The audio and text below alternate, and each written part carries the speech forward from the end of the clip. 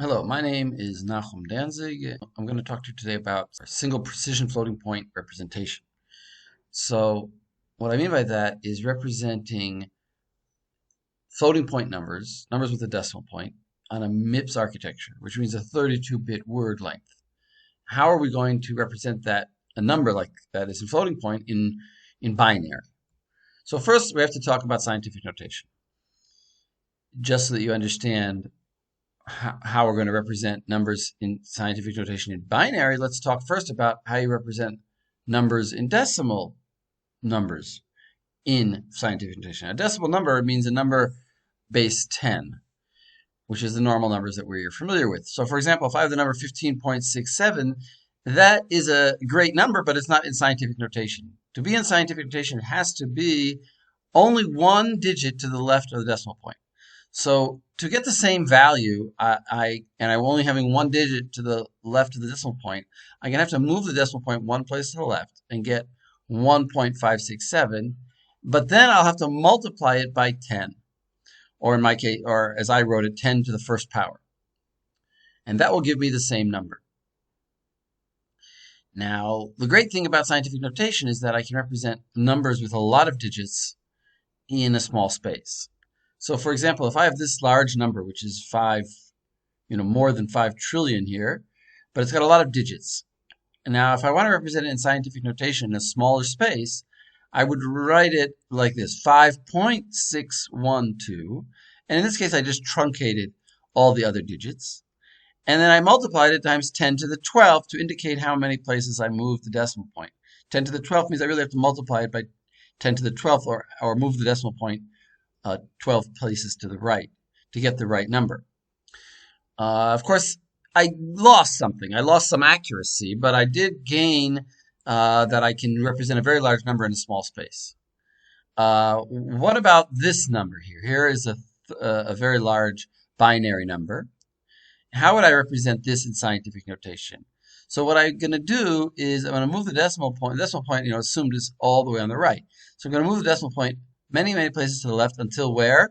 Until the first or the leftmost one. And then I will write 1.0101101, etc. And because I move the decimal places 42 places, I'm going to have to multiply it times 2 to the 42nd. Now, why is it 2? Because this is a base 2 number. It's not a base 10 number, so it's every place to the left is a power of 2 more, not a power of 10 more. So that will be the scientific notation for this large binary number. Now, I can also make an observation, which is that since there's always going to be a 1 to the left of the decimal point, it'll never be a 2 or a 3 or a 9 because it's base 2. I technically don't have to write the 1 over there. I can just assume that there's a 1 there. In other words, and therefore I can write nothing. I can actually write 0.010101, and it's assumed that there's a 1 over there. And this gives me even a way to show the number in even fewer digits. So that compresses the space that I need to have to represent this number. So let's talk about, in the MIPS in particular, how many digits are we going to show? So, for example, here, let's go back to our other example. For example, here, I notice that I showed only 2, 4, 6 digits of the number, and my exponent was up to the value 42, or it was as big as 42. How many digits are we going to allocate to showing this part of the number, which we're going to call the mantissa, and in other words, the main part of the number, and then how many digits of binary will I use to represent the 42? I'm not going to have to represent the 2 because that'll be assumed. So how many digits will I use for each, how many digits of my 32-bit word will I use to represent the mantissa and the exponent? That is our question. So that's the next slide that I say I'm going to use 8 bits for the exponent, which means I'll have the highest possible exponent value will be, well, for now, let's just say the highest value will be 2 to the 8th, which is, 256. And the mantissa, so I can raise something to the 256th power, potentially. And the mantissa will be the 23 bits. So that means I get a lot of diuk, a lot of precision in the mantissa. I have 23 bits, but not more. And I'll have 1 bit for the sign to tell me whether it's positive or negative number. So if you add that together, 23 plus 8 is 31, plus the 1 bit for the sign is 32 bits. So that's our 32-bit word that we have to work with. Now let's talk about converting a decimal number to a binary number. So this you may have done in another course, perhaps digital systems, but let's do it again to remind how we do it. So we're going to convert the left-hand side of the number to binary. So in other words, first we're going to start with the part that's to the left of the decimal point. There's the whole number, and then we'll deal with the decimal part of the number.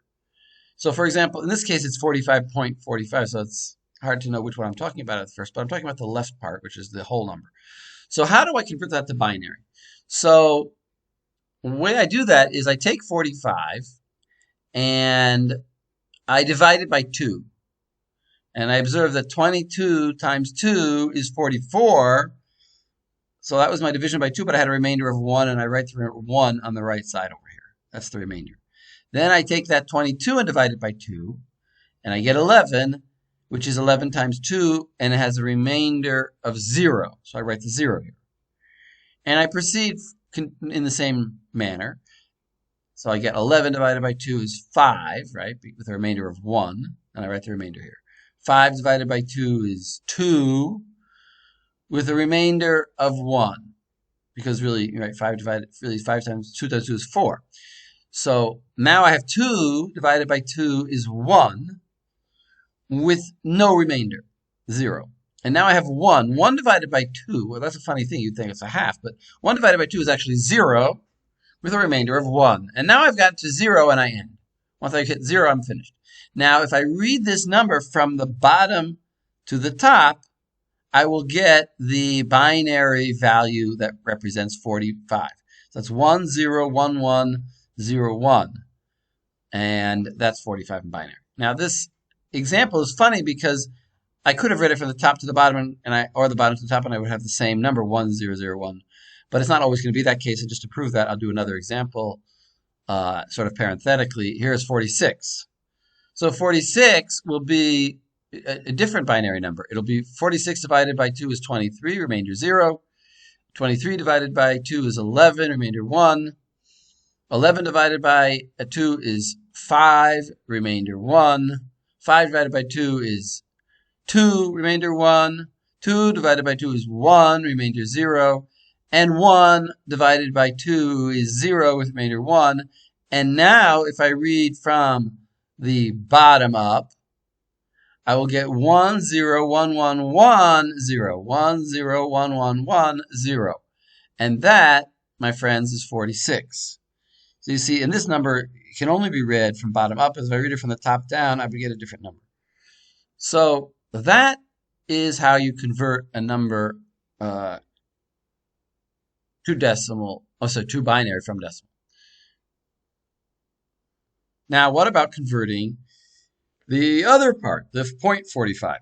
So we're going to do like this. We're going to take the 0.45 and we're going to multiply it by 2 now.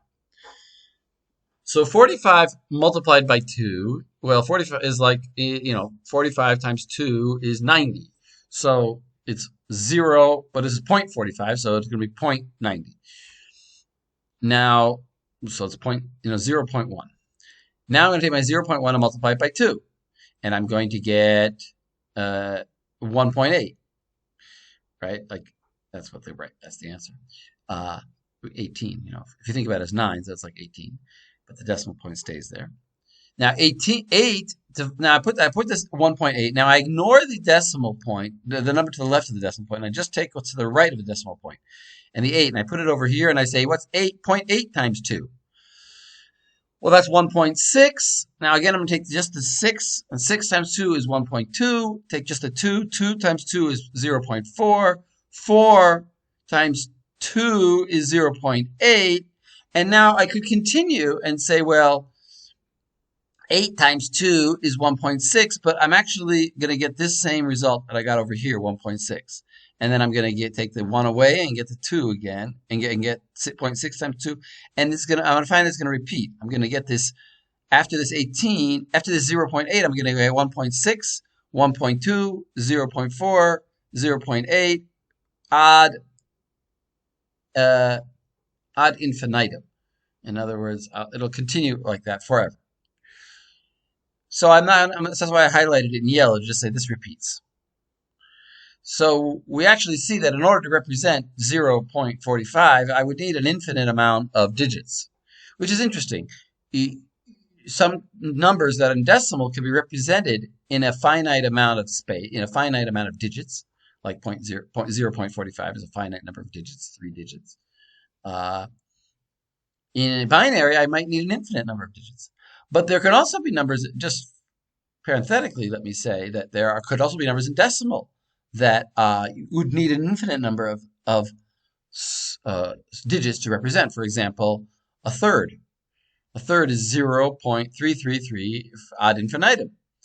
So you can't actually represent a third in decimal numbers, and you can't represent 0.45 in binary numbers. So every base will have this deficiency in certain cases.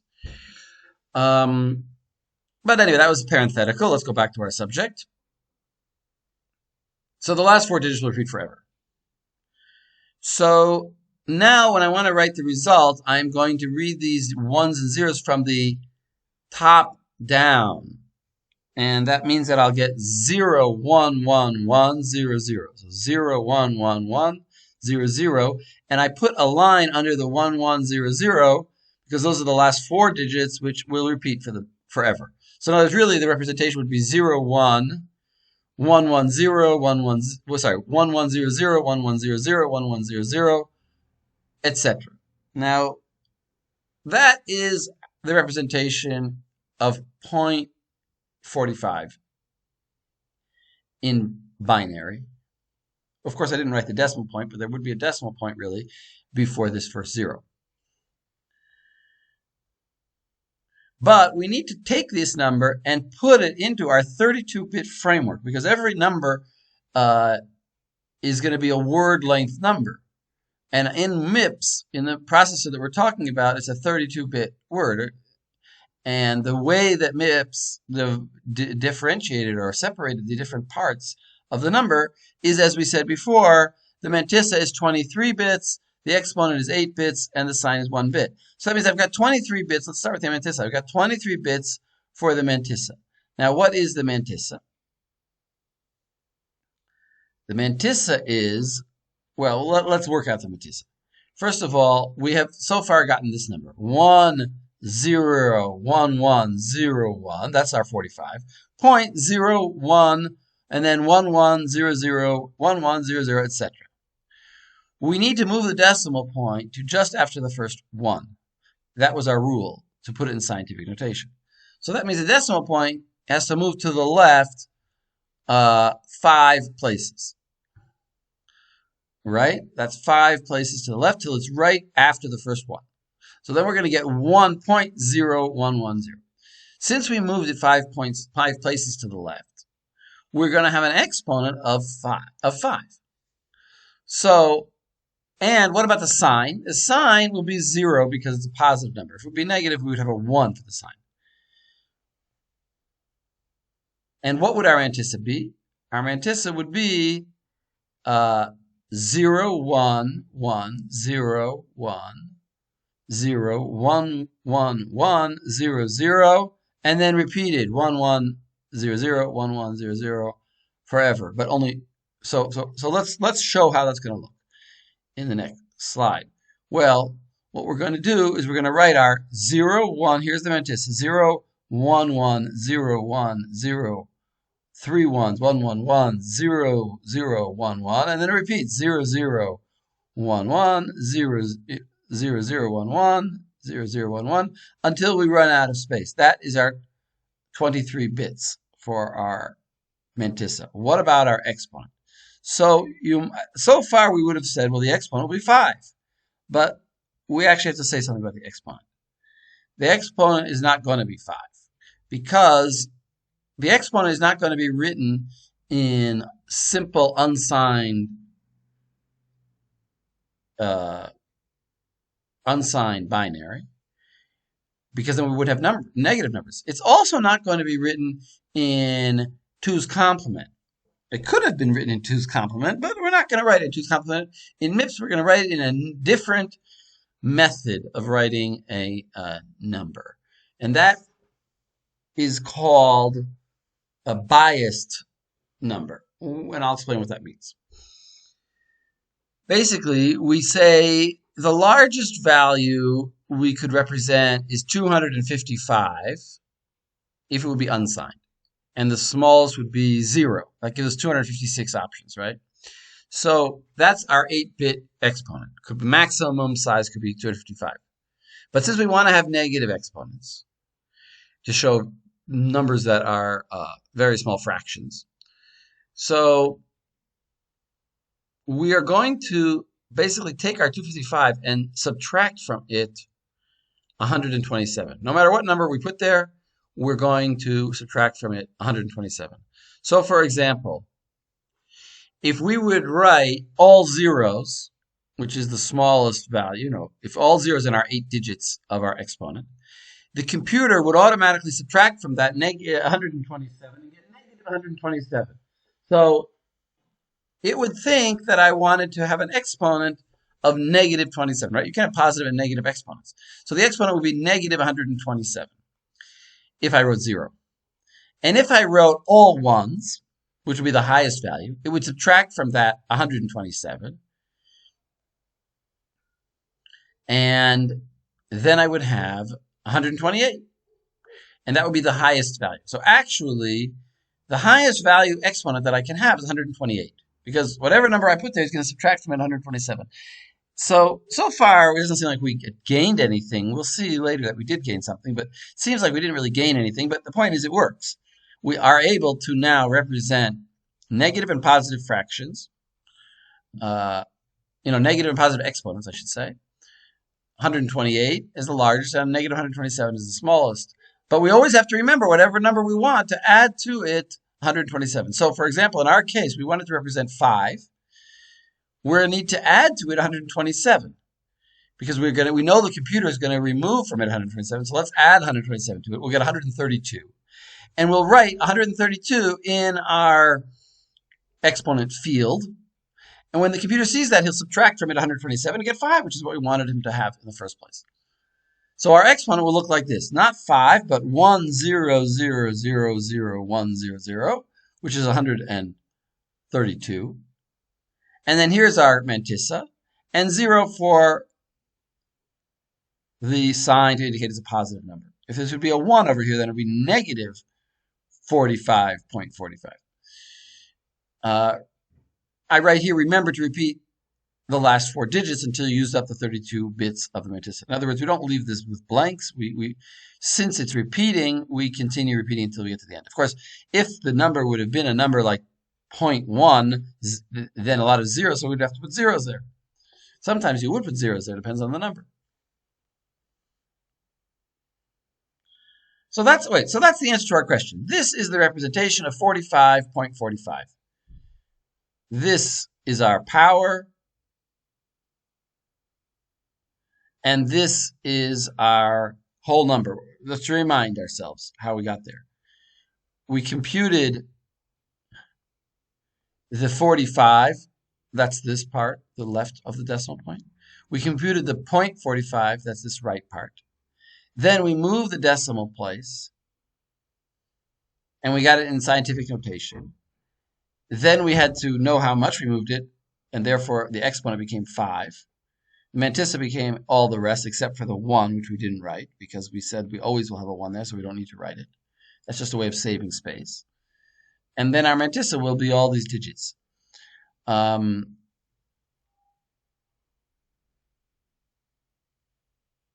Okay, so that's our answer to our question.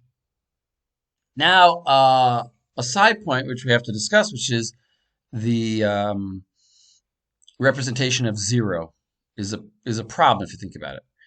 Because if we put as our exponent a 0, and let's say our mantissa is 0, and our sign is 0, so it's all zeros. So it would take 0, and it would say the exponent is, well, 0 would be a negative 127, so it would be a very small number, and in fact, it wouldn't be 0.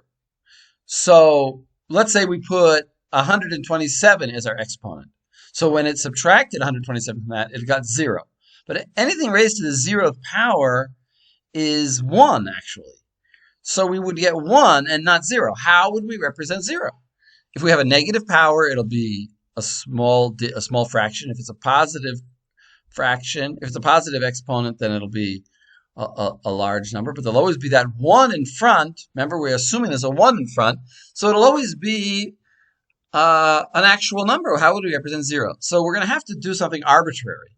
We're going to have to say a certain symbol will arbitrarily represent 0. So so we'll just decide that if the exponent, an exponent of 0, will be 0. So in other words, if the exponent is 0, then actually instead of it being an exponent of a negative 127, which is what it should be, it's actually going to be 0. So what if we really do want to represent negative 127? Well, we can't. Just like we can't represent negative 128. In other words, we're going to use up one of our exponent permutations for representing 0. So that means we'll never be able to represent negative 127 exponent, but we will be able to represent negative 126, negative 125. We just limited our range of small fractions slightly. So we're just going to basically tell the computer whenever you see zeros in the exponent, don't think it's negative 127. Think that's the value 0. And then the mantissa is going to be irrelevant. How to represent 1? So you might ask how you represent 1. So that's simple. Just use the exponent of 127. If you put the exponent of 127, the computer will change that to 0 because it subtracts 127, and it'll see exponent of 0, and it'll know that the value is really 1. And then the mantissa doesn't matter. Similarly, the exponent 255, which would normally be 128, power of 128, is going to actually represent infinity, and again, the mantissa doesn't matter. It's not going to represent the actual value to raise to the 100, the mantissa raised times 2 to the 128th, but that we won't be able to show. We're going to use 128 for, or 255, which is 228, for representing infinity. And this may explain why we don't use 2's complement for the exponent value, because we want to save these special values at the ends, 0 and 255, for these other purposes. Now let's go on to another section, which is converting a binary float to decimal. So this is going in the other direction. Let's assume we have a register with all these digits, 1 0 0 0, 1 0 0 0, 1 0 0, etc., until it ends with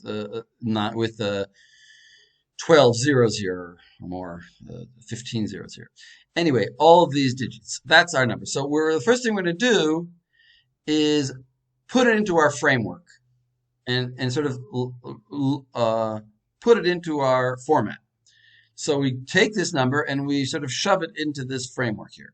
And so the 1 that we thought was part of the number is actually going to turn out to be indicating that the number is negative, because that's the first digit. Then we're going to see 0 0 0 1, and we're going to take just the 8 next digits, and that's going to be our exponent. And then the rest of the digits is going to be our mantissa. So far we see that our sign is negative.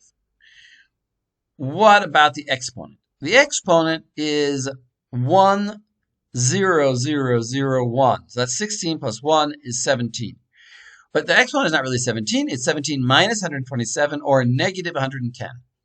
So now we've got our sign and our exponent. It's negative 110, which means a small fraction. It's also a negative number. It's a negative small fraction. What is the mantissa? So actually, if you look at the mantissa, you'll have to make an observation, which is that each digit of the mantissa is always a part, which is always a number to the right of a decimal point. So in binary, numbers to the left of the decimal point are each one a power of 2 greater. So like the first is 1, then 2, then 4, then 8, and 16. But when we go to the right of the decimal points, they're a negative power of 2 greater. So that means the first digit after the decimal point is 2 to the negative 1. And the next digit is 2 to the negative 2, then 2 to the negative 3, etc. That might be very confusing, but actually it's not too bad, because 2 to the negative 1 is a half. In other words, it's 1 over 2. And the next one is 1 over 2 squared, which is 1 over 4. So it's a quarter. So each place is going to be first a half, then a quarter, then an eighth, then a 16th. So what is this value?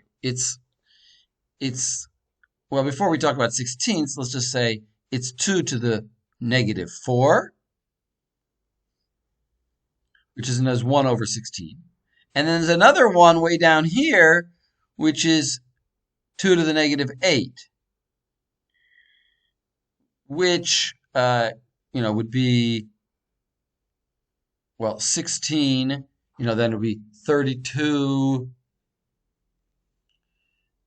then it would be 64, 128, 256. So this would be like a 1/16 and 1/256.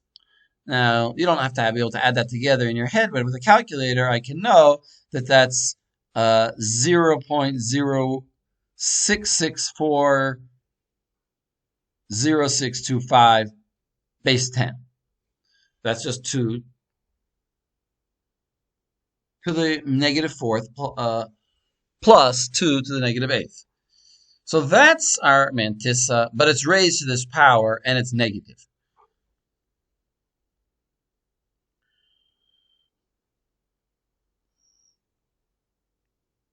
So we're now going to take this formula to convert from the floating point to an actual number. So let's see. Our sign is negative 1.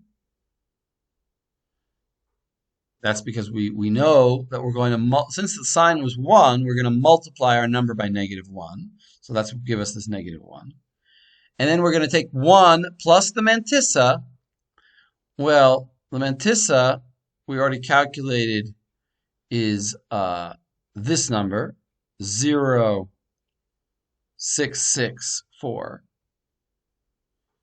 So it's negative 1 times 1 plus 0. So that's 1. So it's negative 1 times 1. We don't have to write the negative 1 again. But it's negative 1.066. As we can just add that 1. That was a 1 that we took off. We can put it back now. And then times 2 to the exponent. Now our exponent, remember, was 17, but we subtracted 127 from it, so it's negative 110. So our answer is actually, this is a totally legitimate decimal answer. It's negative 1.066400625 times 2 to the negative 110. Now if you put that into a calculator, you'll get this number, negative 8.2152949. And that's just it stops there because it runs out of digit space. And then it says E. E just means exponent. It means times 10 to the negative 34th. Why is it negative 34th? Well, that's how it worked out in base 10. In binary, it was negative 110. So either one would be a decimal value in base 10. This is a base 10 number. It's just multiplied times 2 to that power. That's a base. See, this is a decimal number because it's got a 6 in it. It's not a binary number. So these are both correct answers. This is just fully worked out. So that's how I would convert if I was given some, monstrous some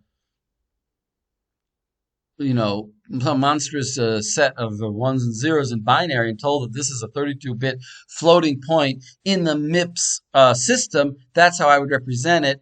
And that's how I'd represent it in binary. What would it be in decimal? So we got the answer. Now you're gonna notice that I keep on saying in the MIPS system because theoretically I don't have to do it exactly this way. I could have a computer architecture where the exponent was not 8 digits like it is here in MIPS. It could be 9, it could be 10, it could be any number. I mean, even if I say it's a 32-bit number, I really need to specify that it's a MIPS 32-bit number because then I know that there's an 8-digit